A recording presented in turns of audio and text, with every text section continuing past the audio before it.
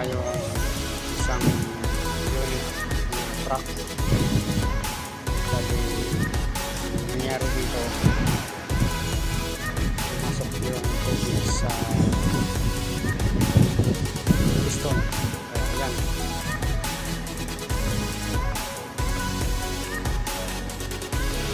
Nasira. Ito yung dahilan na pagka pumasok ang tubig sa piston,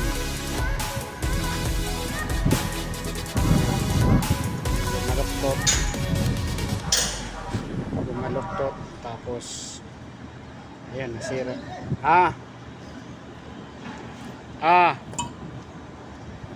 Pagkabaluktot, nasira yung piston. Saka yung ang problema nito yung sa water jacket, yung sa cylinder head. Ayan, pumasok yung tubig sa piston. Pagka pumasok, ito na yung nangyari, bumaluktot, tapos yung nasira.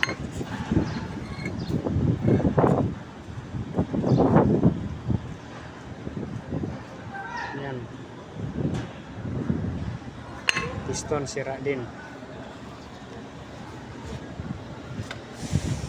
Buti na lang nakakuha ako ng sa ibang truck. Ito yun.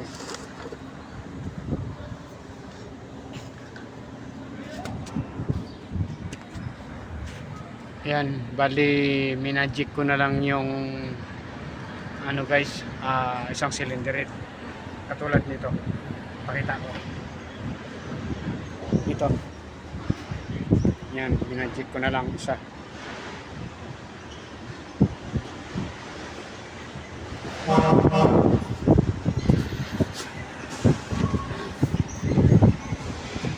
Yan guys, thank you.